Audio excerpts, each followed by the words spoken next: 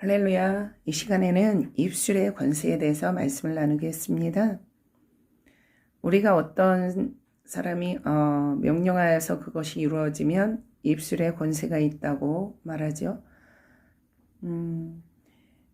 주님은 말씀이 육신이 되어 이 땅에 오신 분이십니다.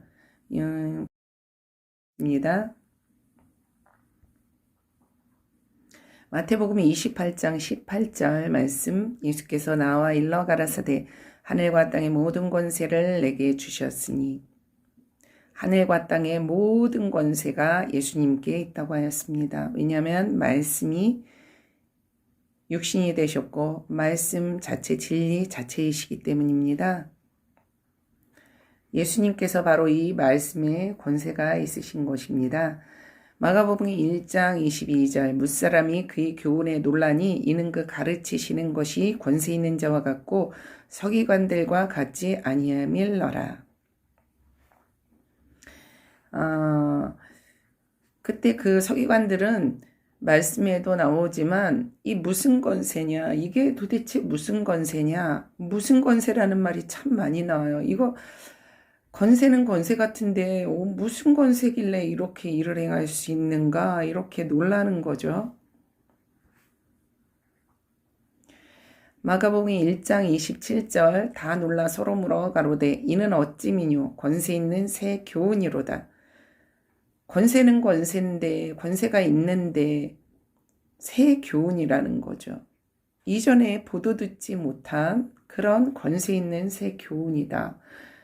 이 권세 있는 새 교훈으로 더러운 귀신들을 명한즉 순종하는도다 하였습니다. 그럼 도대체 이 입술의 권세, 어떤 사람은 권세가 있고 어떤 사람은 없는 이 입술의 권세가 도대체 어떻게 생기는가? 유튜브에서 어떤 분은 그건 자기도 모르겠다고 축사하시는 분이 그러시더라고요. 부족하지만 제가 이 시간 이 부분에 대해서 말씀을 전하겠습니다. 예를 하나 들겠습니다.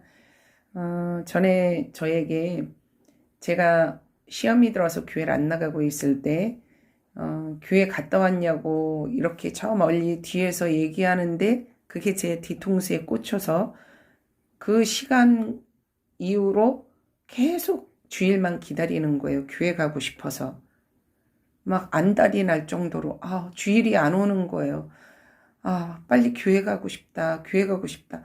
평생 교회를 안 가겠다고 그렇게 시험이 들어있던 사람이 그 지나가면서 한 말 한마디에 교회를 가고 싶어서 계속 주일만 기다렸습니다. 그 당시에는 그분을 통해서 주님이 역사하셨구나. 그냥 그렇게만 생각을 했습니다. 그런데 제가 말씀을 깨닫고 영적 생활을 하면서 영적인 것을 깨달으면서 나중에 깨닫게 된 것이죠. 그분에게 입술에 권세가 있었다는 것을요. 그분은 말씀을 많이 깨닫고 아시는 분이셨습니다. 또 한 예가 있습니다. 제가 기도원에 갔어요. 근데 예전에 알았던 분을 뵌 거예요. 집사님을. 그런데 예전에 그분과의 추억이 있습니다. 기도를 낮에 하러 갔어요. 교회에. 그런데 아이들 가르치는 것처럼 이렇게 교실같이 되어 있는 방이 있었어요. 거기서 기도를 둘이 하게 됐는데 그분은 앞에서 하고 저는 뒤에서 서로 방해받지 않게 기도를 하고 있었습니다.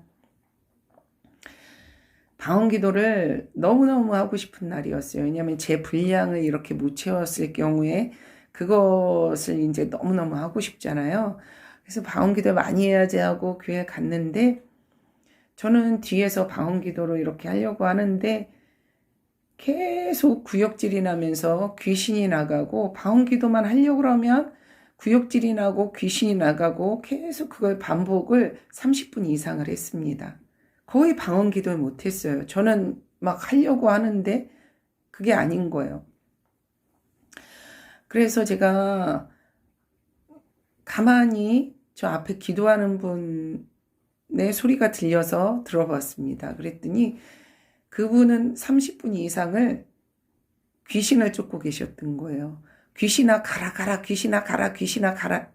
이거를 30분 이상을 계속 그걸 하고 계셨던 거예요. 저는 그게 방언기도 하시는 건지 알았거든요. 근데 그게 아니었더라고요. 그분의 입술에 권세가 있었던 것이죠. 그분도 역시 말씀을 깨닫고 잘하는 분이셨습니다. 자기 귀신을 쫓으려고 그분은 계속 귀신을 방언기도를 안 하고 귀신을 쫓으신 건데 기도를 하러 간 제가 귀신이 나간 거죠. 그분은 멀쩡하고. 예, 그 특이한 경험을 그때 한 것이죠. 이렇게 그 교회가 말씀으로 잘 양육되어 있으면 성도들이 그런 권세가 있습니다. 그런데 기도만 또 많이 하는 교회가 있어요.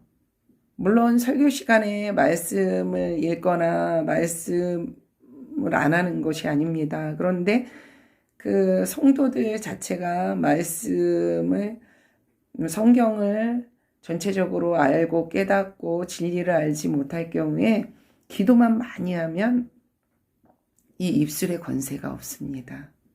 왜냐하면 말씀의 권세가 없기 때문입니다. 기도만 많이 할 경우에는 다만 자신의 영혼만 깨끗한 것입니다. 자기의 영혼이 깨끗한 장점은 있는데 누굴 이끌 수는 없어요. 누굴 말씀으로 이끌고 가르치고 양육하고 할 수는 없습니다. 물론 그런 건 할 수 있죠. 뭐 교회 버스를 운전한다든가 뭐 사람들을 이렇게 관리한다든가 주방 봉사를 한다든가 뭐 이렇게 교회 일이 있잖아요. 그런 건 할 수 있습니다. 하지만 말씀으로 그 사람들을 그 권세로 귀신을 쫓는다든가 그 성도들을 양육하고 가르칠 수는 없습니다. 예수님께서는 말씀 자체이십니다. 예수님께서는 진리 자체이시죠. 그렇기 때문에 하늘과 땅의 모든 권세를 받으실 수가 있는 것입니다. 지식으로만 말씀을 전하는 교회가 있어요. 그럴 경우에는 말씀의 권세가 없습니다. 다만 지식일 뿐입니다. 이 권세를 잘못 알아서 귀신을 쫓을 때 안차를 하죠. 이렇게 사람을 때리는 겁니다. 그런데 막 두드려 패가지고 뭐 뉴스에도 나오기도 하잖아요. 막 사람이 죽기도 하고 막 심하게 때리고 멍들고, 이거는 너무 잘못 알고 있는 거예요. 그런다고 귀신이 나가는 것이 아닙니다. 권세로 나가는 거예요. 소리 지른다고, 소리를 크게 지른다고 귀신이 나가지도 않습니다. 조용히 해도 귀신이 나갈 수 있습니다. 그러니까 기도만 많이 한 경우에 소리를 막 지르면서 귀신을 쫓아요. 그리고 왜 안 나가지, 왜 안 나가지 그럽니다. 그 권세가 없는 것이죠, 입술에. 말씀에 권세가 있습니다. 그래서 유튜브에서도 어떤 지금 마지막 때니까 이 마지막 때 앞으로 일어날 일들과 어떤 그 성경의 역사적인 부분, 천년왕국과 또 천국, 그 앞으로의 그런 일들, 뭐 지식적으로만 이렇게 말씀을 전하는 분들이 있어요. 거기에는 권세가 없고, 기도를 많이 한 사람들은 그걸 들으면 머리가 아픕니다. 왜냐하면 그분이 그 지식적으로 그걸 파느라고 기도는 많이 못하신 기도하는 사람들은 상대가 기도를 많이 하는지 기도를 안 하는 분인지 딱 들으면 알잖아요. 그렇기 때문에 머리가 너무 아프죠. 그래서 그런 지식적인 부분을 듣는 것은 좋습니다. 성도님들이 한두 번 이렇게 들어보는 건 좋아요. 하지만 그걸 아무리 듣는다고 해서 본인이 그 말씀의 능력이나 권세가 생기고 본인 영혼에 좋은 것은 아닙니다. 그냥 참고 삼아서 한두 번 듣는 그것이지 그거에 너무 빠지시면 안 돼요. 왜냐하면 기도를 안 하고 지식적으로 판 분의 그 말씀을 들을 경우에 거기엔 권세도 없고 그 영혼의 그 어떤 영혼에 좋은 그런 어떤 힘과 권세를 이렇게 받을 수가 없어요. 내 영혼이. 그걸 통해서 힘을 내고 일어서고 이럴 수가 없는 것입니다. 그렇기 때문에 그냥 참고하여서 한두 번 듣는 걸로 하시고 너무 그거에 빠지시지는 않으셨으면 좋겠습니다. 그걸 뭐 다 외워서 어디에 쓰실 건데요. 예. 그렇기 때문에 그 시간에 정말 말씀을 상고하고 진리를 깨닫고 그 성경 전체적으로 이해하려고 그렇게 노력하는 것이 더 값지고 복됩니다.